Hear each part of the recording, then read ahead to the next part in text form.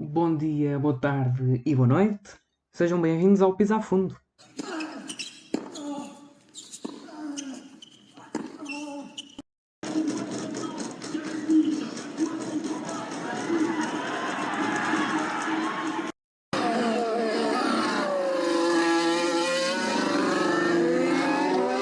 Ora, muito bem-vindos e bem-vindas a mais um episódio do vosso podcast Pisa a Fundo, podcast sobre desporto, com especial incidência no ciclismo, Fórmula 1 e ténis, modalidades que eu, João Loureiro, mais sigo. Podem também acompanhar, e deixo sempre aqui esta ressalva de atenção, o meu trabalho também noutras plataformas, como por exemplo o meu blog Cansus, blog CS Studios, tudo isto disponível nas redes sociais, em grupo, whatever. De qualquer forma, vamos então começar este 7º episódio com especial destaque para duas equipas de Fórmula 1, duas equipas bem conhecidas, agora que a Fórmula 1 podemos assim dizer, está na moda e vamos ter também um episódio obviamente dedicado a isso aqui no blog. E esse tópico da Fórmula 1 estar na moda é obviamente também notório nas redes sociais e nas conversas que por aqui temos e que temos também com os nossos amigos. É notório que também agora há uma nova atenção sobre a Fórmula 1, como havia de antes única e exclusivamente sobre o futebol, e felizmente que isso existe. Mas vamos então falar sobre duas equipas do campeonato do mundo de Fórmula 1, são elas a Williams e a McLaren, duas das equipas mais antigas, e que são duas equipas que têm ultrapassado um processo de recuperação. Como nós sabemos, tanto na Fórmula 1 como no outro desporto, isto é transversal, o desporto por equipas, há momentos da história onde as equipas são mais fracas, é inevitável, não se pode ser forte sempre. E há equipas que nunca chegam a ser fortes, e há equipas que nunca chegam a ser fracas. Pronto, é difícil, mas pronto, pelo menos há equipas que saem do forte para o mediano e ali se mantêm. Mas de qualquer forma, a McLaren e a Williams têm passado anos complicados no passado recente, desde o início da era híbrida, 2014. Os seus pontos e estatísticas têm oscilado e venho aqui trazer estatística também e números sobre esse facto. E também, obviamente, a minha opinião sobre o assunto, porque é que precisamos delas, o que é que ainda tem a melhorar, o que é que tem melhorado. E partiremos então, sem dúvida, para este episódio. Já sabem que podem sempre deixar alguns comentários, independente de onde nos estiverem a ouvir, ou então nas redes sociais aqui do podcast. Então, Williams e McLaren, duas equipas bastante antigas na ótica da Fórmula 1, a juntarem-se um bocadinho aqui à Ferrari. Williams que fez o seu primeiro grande prémio em 1977, a McLaren em 66. Os últimos anos têm sido pautados por algumas dificuldades, mas nem sempre. Portanto, há aqui uma oscilação, como eu referi há bocado. Em 2014, no início da era híbrida, a Williams foi terceira no campeonato com 320 pontos e a McLaren foi quinta com 181. Portanto, não estavam no topo, mas ainda assim mantinham aqui boas posições. Aliás, a Williams apenas atrás de duas equipas, portanto, em terceiro. Situação que para 2015 se manteve no caso da Williams, voltou a ser terceira, mas desta vez, ao invés dos 320 pontos, conquistou apenas 257 contra 27 apenas da McLaren no primeiro ano da Honda. Eu recordo, foi um ano péssimo, a McLaren foi nona, apenas 27 pontos. A situação piorou um bocadinho para a Williams em 2016, a verdade foi essa, foi a quinta, passou terceira para quinta. 138 pontos, ainda acima do patamar dos 100 pontos, enquanto que a McLaren deu um saltinho dos 27 pontos que tinha conseguido na temporada passada para 76. Foi sexta no segundo ano da Honda. O segundo dos 3 anos, que culminou com o terceiro, voltou a saldo negativo, à nona posição do campeonato com 30 pontos. A McLaren então nesse ano. Já o Williams baixou da fasquia dos 100 pontos, manteve-se quinta, mas desta feita com 83 pontos. Apenas 83 pontos que não se mantiveram Em 2018, a Honda Williams foi 10ª, última, 7 pontos apenas. A McLaren foi 6ª, 62 pontos no primeiro ano da Renault com a McLaren. Isto em 2018. 2019 a situação complicou-se ainda mais para a Williams. 1 ponto apenas, 10º, último. No reverso, a McLaren melhorou, subiu a fasquia dos 100 pontos, 145 pontos, foi quarta no campeonato. A McLaren conquistou 202 pontos, foi terceira no campeonato em 2020, um grande feito da equipa que conseguiu então este terceiro lugar contra uma Williams que conquistou nada mais nada menos do que um redondo 0 de pontos. Em 2020 foi 10ª. Este ano, por sua vez, a Williams está em oitavo, com 23, à frente da Alfa Romeo e da Haas. Já a McLaren está numa disputa enorme pelo terceiro lugar, está neste momento em quarto, com 258 pontos, em disputa então com a Ferrari. Portanto, como podem ter visto e ter de facto reparado, é que a Williams e a McLaren têm vindo a oscilar. A Williams esteve bem, piorou um bocadinho e tem vindo a piorar nestes anos, 10º, 7 para 1, para 0 pontos, e agora está outra vez a dar passos de recuperação. Já a McLaren tem começado esse caminho com uma aposta falhada na Honda, mas depois um bom caminho muito devido ao mérito de Zac Brown e de Andreas Seidel. Portanto, o que tem melhorado tem sido bastante muito. E uso aqui esta redundância mesmo para enfatizar que de facto a McLaren tem, e a Williams tem percorrido, a McLaren é mais evidente, digamos assim, tem percorrido grandes caminhos, tem fugido a ser satélites. Houve um momento onde se esperou que a McLaren fosse satélite da Mercedes, este ano, 2021,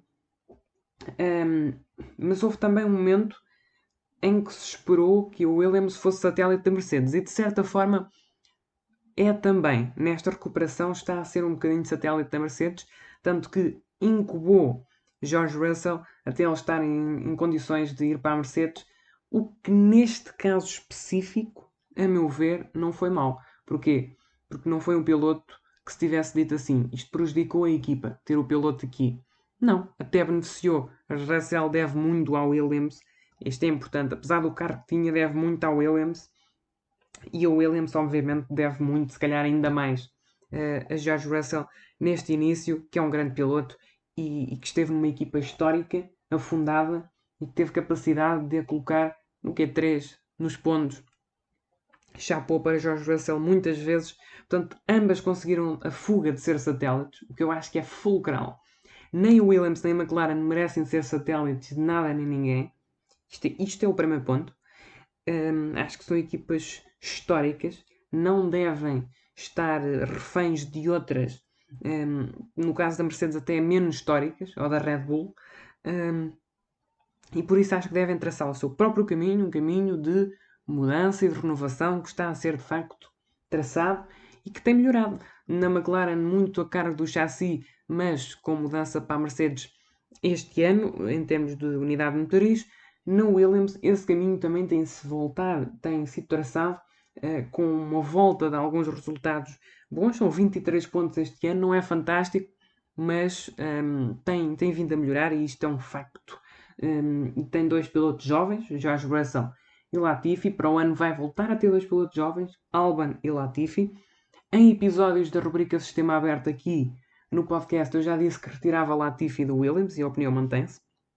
Acho que é um piloto que não teve nada a acrescentar à Fórmula 1 quando chegou, não acrescentou nada à Fórmula 1 no tempo em que cá está e ainda vai continuar a estar, e acho que vai sair da Fórmula 1 sem acrescentar nada.